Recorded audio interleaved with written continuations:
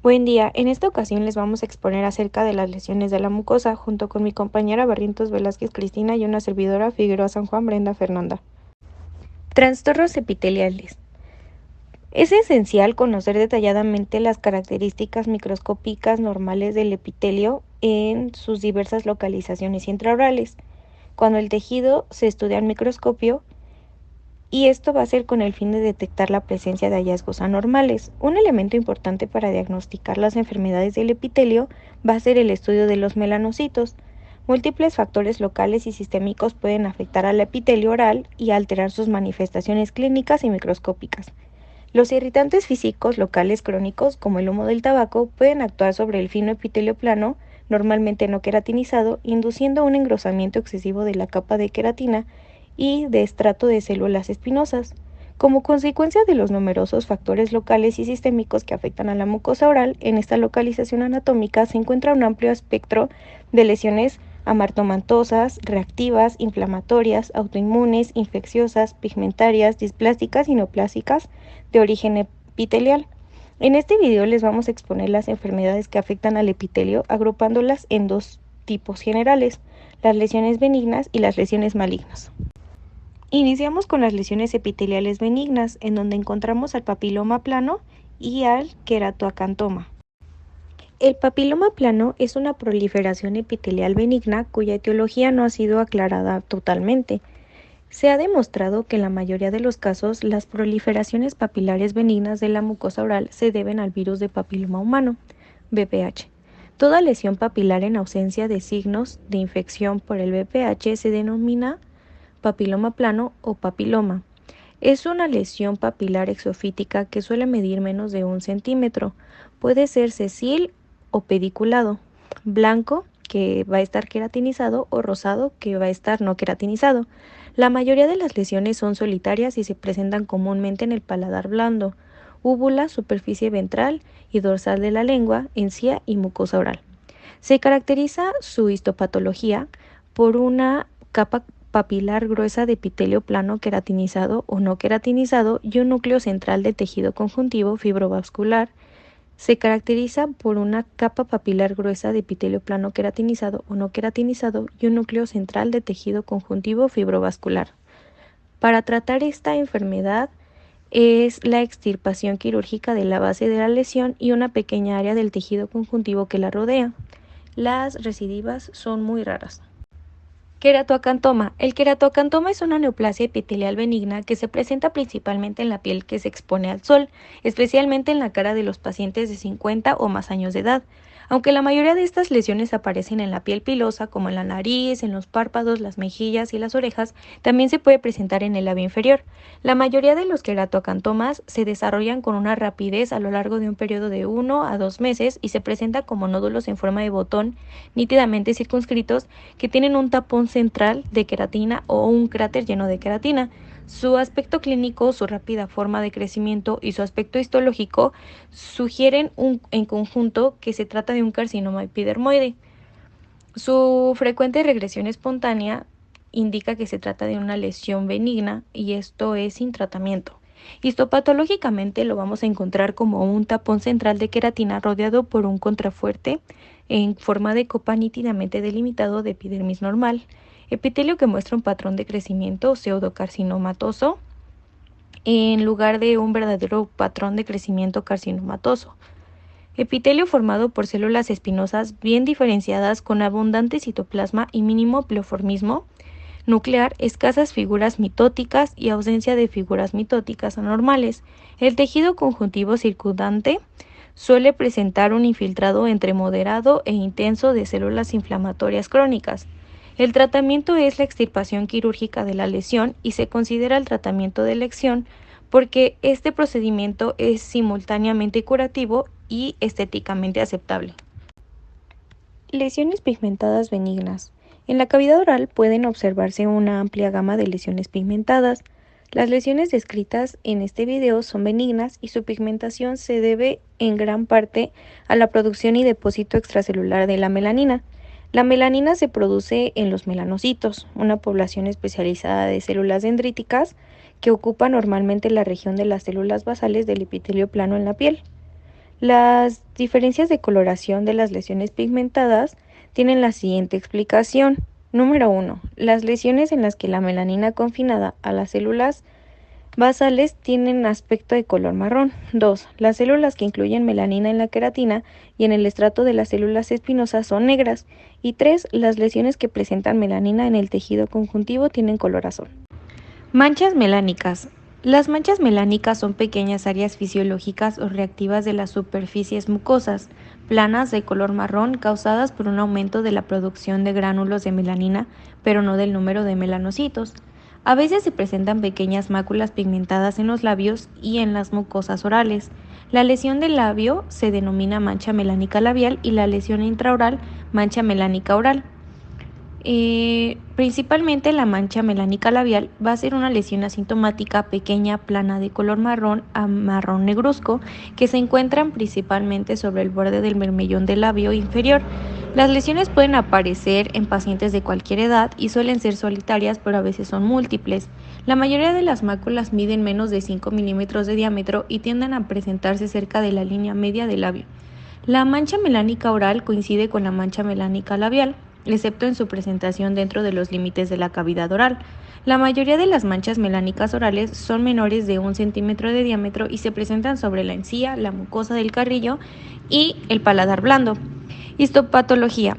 Los rasgos histológicos de la mancha melánica labial y oral son idénticos. Se caracterizan por un aumento en la cantidad de los gránulos de melanina en la capa de células basales. Los melanocitos están generalmente confinados a la región de las células basales y suelen estar dentro del intervalo numérico normal. A veces los melanocitos presentan un citoplasma llamativamente claro. Sin embargo, no existe atipatía nuclear. La región basal del epitelio y el tejido conjuntivo superficial presentan a menudo un leve infiltrado de linfocitos e histiocitos. Suelen verse pequeños depósitos de melanina granular, algunos dentro de los histiocitos tisulares. El paso de melanina desde las células que la contienen hacia el tejido conjuntivo subyacente suele designarse como incontinencia de la melanina. Para el tratamiento de estas manchas melánicas que aparecen en un periodo corto deberían ser extirpadas para establecer su verdadero diagnóstico y excluir la posibilidad de melanoma. Melanosis del fumador. La melanosis del fumador suele ser más visible en la parte anterior de la encía labial. Otras localizaciones intraorales comúnmente afectadas son la mucosa del carrillo, el suelo de la boca y el paladar blando. Se ha señalado que la melanosis del fumador que aparece en el paladar blando debería considerarse con mayor atención, porque a veces se ha asociado con enfermedades relacionadas con el tabaquismo, como efisema y carcinoma broncógeno. Histopatología. Presenta rasgos histológicos similares a los que se encuentran en una mancha melánica. Hay un aumento en los depósitos de melanina en las células epiteliales basales y el tejido conjuntivo subyacente presenta un leve infiltrado de linfocitos e histiocitos. Es habitual la presencia de gránulos de melanina en las células fagocíticas del tejido conjuntivo superficial. Para su tratamiento es dejar de fumar. Esto conducirá en general a la desaparición de la pigmentación en pocos meses. Si la pigmentación persiste después de un periodo de abstinencia del tabaco, es aconsejable una biopsia para valorar la lesión. Nevo. Nevo es una lesión congénita de la piel o las mucosas benignas exofítica, habitualmente pigmentada, constituida por acúmulos focales de melanocitos redondeados. Según la localización de las células névicas, las células específicas se clasifican en intradérmicas, de la unión o compuestas. Una formación macular generalmente del paladar duro y formada por células fusiformes. Se denomina nevo azul.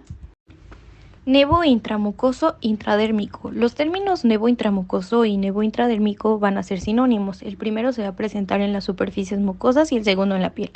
Clínicamente, el nevo intradérmico se presenta en pacientes jóvenes y va a ser una lesión que se frecuenta en la piel, donde comúnmente le denominan lunar. Histopatológicamente, el nevo intramucoso se caracteriza por nidos y o cordones de células névicas confinadas al tejido conjuntivo. La morfología de las células en el nevo intradérmico es variable e incluye los tipos epiteloide, linfocítico, fusiforme y multinucleado. Para el tratamiento, por regla general de todas las pápulas o nódulos solitarios pigmentados de la cavidad oral, deberían ser extirpados y remitidos para su evaluación histopatológica. Los nevos intramucosos se incluyen en esta categoría. Una vez extirpados, los nevos intramucosos no tienen no tienden a recurrir. Nevo de la unión. El nevo de la unión es una lesión benigna de color marrón o negro que se va a presentar principalmente en la piel y a veces en la mucosa oral. Este tipo de nevo es considerablemente menos frecuente que el nevo intramucoso intradérmico. Su histopatología. El nevo de la unión se va a caracterizar por la presencia de nidos de células névicas en la región basal del epitelio, principalmente en los extremos de las crestas epiteliales. No existen células névicas en el tejido conjuntivo adyacente. Para el tratamiento, por los motivos antes mencionados, toda la lesión pigmentada solitaria de la mucosa oral, especialmente las situadas en el paladar duro, deberían ser extirpadas y remitidas para su examen histopatológico. Una vez extirpado, el nevo de la unión no tiende a recidivar. Nevo compuesto. El nevo compuesto combina características del nevo intramucoso y del nevo de la unión, presentando células névicas en la región basal del epitelio y en el tejido conjuntivo adyacente. Como ocurre en los otros nevos, el nevo mixto es mucho más frecuente en la piel que en la mucosa oral. Dentro de la cavidad oral tiende también a presentarse como una pápula o mácula pigmentada en el paladar duro o en la encía. Al igual que otras lesiones orales solitarias pigmentadas, el nevo mixto se trata mediante biopsia excisional, que sirve simultáneamente como procedimiento diagnóstico y terapéutico. Nevo azul. El nevo azul es una lesión pigmentada benigna que se presenta como una pápula cupuliforme o una mácula plana de color azul oscuro situada en la piel o en la mucosa. Dentro de la cavidad oral, el nevo suele presentarse en el paladar duro. Su histopatología. Las células productoras de melanina del nevo azul difieren de las de los nevos antes estudiados. En el nevo azul, las células productoras de pigmento son células dendríticas, fusiformes y ausadas en lugar de redondeadas o epiteloides. El tratamiento. Se lleva a cabo habitualmente una biopsia excisional, lo cual sirve también como tratamiento definitivo de esta lesión. Leucoplasia es una placa blanca, es un trastorno de las mucosas que se detona una coloración más blanca de lo normal. Estas lesiones no pueden eliminarse con facilidad mediante el frotamiento de una superficie mucosa. En su histopatología vamos a encontrar alteraciones epiteliales como el aumento de espesor de la capa de queratina, que lo conocemos como hiperortoqueratosis o hiperparaqueratosis, y un aumento de espesor del estrato espinoso. El tratamiento de esta lesión será eliminar los factores que la pueden causar y la extirpación total de la lesión. El 5.4% de estas lesiones acaban siendo un carcinoma epidermoide. La hiperparaqueratosis es una capa del estrato córneo muy engrosada que va a estar constituida por ortoqueratina, que se conoce como hiperortoqueratosis, o por paraqueratina, que se va a conocer como hiperparaqueratosis. La hiperparaqueratosis va a carecer de núcleos residuales y está considerablemente engrosada. Va a mostrar una superficie irregular, como nos lo muestra la imagen A, mientras que la imagen B nos refleja la hiperparaqueratosis, que la capa de queratina se encuentra engrosada, contiene núcleos residuales. La acantosis es una hiperplasia benigna del epitelio plano. Se caracteriza por un aumento de espesor del estrato celular intermedio. El epitelio plano engrosado va a ocultar la coloración de vasos sanguíneos subyacentes y se observa clínicamente como una área de leucoplasia. Suele desarrollarse en respuesta a irritantes crónicos como dentaduras protésicas que están mal ajustadas por fumar o mascar tabaco e infecciones como candidiasis. La capa celular intermedia del epitelio plano estratificado muestra hiperplasia, formándose crestas epiteliales más anchas y profundas de lo normal. La estomatitis nicotínica es un cambio blanco difuso en el paladar o la mucosa bucal, que esto va a ser causado por una combinación entre hiperqueratosis y acantosis. Esta contiene nódulos umbilicados pequeños y van a afectar principalmente a fumadores crónicos de pipa. Clínicamente vamos a observar un paladar más blanco de lo normal, con múltiples pápulas circulares pequeñas que van a tener centros rojos umbilicados igual pequeños que se van a encontrar en paladar blando. El fondo blanco puede tener superficie áspera, estar fisurado y arrugado. Histopatológicamente vamos a observar pápulas umbilicadas. Este revela un conducto de glándula salival dilatado que presenta metaplasia epidermoide del revestimiento ductal con hiperkeratosis y acantosis del epitelio superficial adyacente. Su tratamiento no parece predisponer a la malignidad, pero aumenta el riesgo de la aparición del carcinoma epidermoide. La leucoplasia verrucosa proliferativa es un área difusa blanca papilar verrucosa de la mucosa causada por hiperplasia epitelial en diferentes grados. Puede evolucionar como un carcinoma verrucoso o carcinoma epidermoide. Clínicamente lo vamos a encontrar mayormente en pacientes ancianos y tiene un curso clínico lento. En su histopatología va a presentar cambios parecidos a la hiperplasia epitelial, en formas leves de hiperortokeratosis hasta carcinoma verrucoso. Algunos casos pueden desarrollar carcinoma epidermoide, pero van a estar bien diferenciados. Su tratamiento: cuando las lesiones son pequeñas, el tratamiento consiste en una excisión quirúrgica local, y cuando sus estadios son más avanzados, se usa láser para detener la lesión debido a que puede dificultarse un poco la extirpación. Atrofia epitelial es la reducción del espesor normal del epitelio. La hiperkeratosis va a estar presente en superficie del epitelio normal o hiperplásico, aunque también puede estarlo en asociación con epitelio atrófico. La leucoplasia sí presenta hiperkeratosis en la superficie del epitelio atrófico. Esta se considera que tiene un mayor riesgo de evolución a una lesión premaligna como la displasia epitelial o maligna. La hiperkeratosis aparece en la superficie del epitelio normal o hiperplásico. Esta lesión se presenta en el labio inferior de pacientes con quelitis actínica solar antes del desarrollo de un carcinoma epidermoide. La fibrosis oral submucosa son áreas blanquecinas, difusas, firmes de cicatrización submucosa. Estas están causadas por un contacto frecuente y prolongado de mascadas de nuez de betel, tabaco o pimienta picante. Estas lesiones tienen un riesgo superior al normal de desarrollar un carcinoma epidermoide. Clínicamente van a afectar al tejido oral de la mucosa del carrillo, los labios, el paladar blando y a veces la faringe. El tejido se afecta de manera asimétrica y se hace progresivamente más firme y pálido. Uno de sus síntomas es la rigidez progresiva de las mejillas. En su histopatología vamos a encontrar que en su estadio más precoz se caracteriza por una inflamación crónica del tejido conjuntivo submucoso. Después, por una fibrosis progresiva difusa y atrofia del epitelio suprayacente. El epitelio atrófico va a tener tendencia a desarrollar hiperkeratosis y displasias epiteliales. Puede convertirse en un carcinoma epidermoide, como ya lo habíamos mencionado, y pues por ello se considera un trastorno precanceroso. Su tratamiento son inyecciones sistémicas intralesionales de corticoides.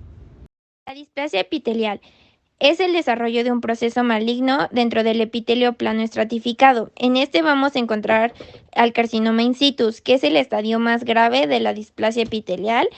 Afecta todo el espesor del epitelio, pero permanece intacta la membrana basal epitelial. Dentro de él vamos a encontrar algunas alteraciones celulares, como nucleolos prominentes, nucleolos hipercromáticos, pleomorfismo nuclear, cociente nuclear citoplásmico alterado, aumento de la actividad mitótica, figuras mitóticas anormales o multinucleación de las células. Eritoplasia es una placa roja de la mucosa oral que es causada por la displasia epitelial, el cainsitus o carcinoma epidermoide. La eritoplasia suele ser una lesión asintomática que aparece principalmente en hombres mayores que fuman. La podemos encontrar en el suelo de la boca, en superficie lateral y ventral de la lengua, paladar blando, mucosa del carrillo. Es una lesión principalmente roja, pero presenta placas blancas focales entremezcladas. Esta lesión debe contemplarse con un alto índice de sospecha por su incidencia de degeneración premaligna y maligna. Del 60 al 90% son displasias epiteliales, carcinoma in situ o carcinomas de células planas. Estas carecen de la cantidad normal de queratina en la capa superficial.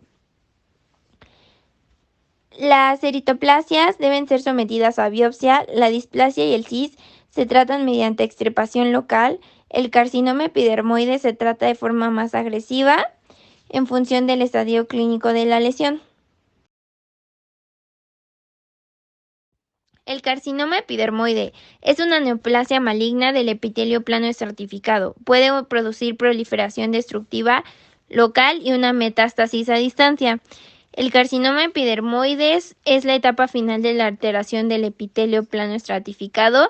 Esta se inicia como una displasia epitelial y evoluciona hasta que las células epiteliales displásicas rompen la membrana basal y van a invadir el tejido conjuntivo. Sus presentaciones más tempranas son el carcinoma de células planas intraoral, que son las leucoplasias y las eritoplasias. Las lesiones más avanzadas van a aparecer como una úlcera indolora, una masa tumoral o una excrescencia verrucosa. El carcinoma infiltrado profundamente va a tener una pérdida de movilidad del tejido. Sus células malignas penetran a través de la membrana basal dentro del tejido conjuntivo subyacente y son capaces de erosionar hacia los vasos linfáticos y convertirse en una displasia o un carcinoma. En la metástasis, el carcinoma epidermoide de la cavidad oral se extiende mediante invasión de los vasos linfáticos. Las lesiones que se extienden más allá de los ganglios linfáticos regionales de la cabeza y cuello suelen metastatizar a los pulmones y al hígado. Los dos principales factores de riesgo son fumar, en especial 2 cajetillas al día, y el consumo de alcohol. El tratamiento es la extirpación quirúrgica, la radioterapia o pueden ser ambos. Melanoma. El melanoma es una neoplasia maligna de melanocitos que aparecen en la piel y en las mucosas. Habitualmente tienen un periodo de crecimiento inicial radial y superficial antes de extenderse a los tejidos subyacentes más profundos y metastatizar. Melanoma oral. El melanoma oral puede ser de color marrón oscuro, negro, azulado o negro. A veces se encuentra un melanoma no pigmentario, rojizo más que marrón o negro. La mayoría de las lesiones tienen inicialmente un patrón macular y se convierten en papulosas y o nodulares en estadios tardíos. Existe un tipo de melanoma nodular que carece de estadio macular importante. La mayoría de los melanomas intraorales tienden a crecer en 2 fases. Una fase de crecimiento radial seguida por una fase de crecimiento vertical. En la fase de crecimiento radial, las células neoplásicas se extienden lateralmente en todas direcciones, pero permanecen confinadas al epitelio superficial. La fase del crecimiento vertical empieza cuando las células neoplásicas invaden y pueblan al tejido conjuntivo. La duración de la fase de crecimiento radial puede variar significativamente entre diferentes tipos de melanoma.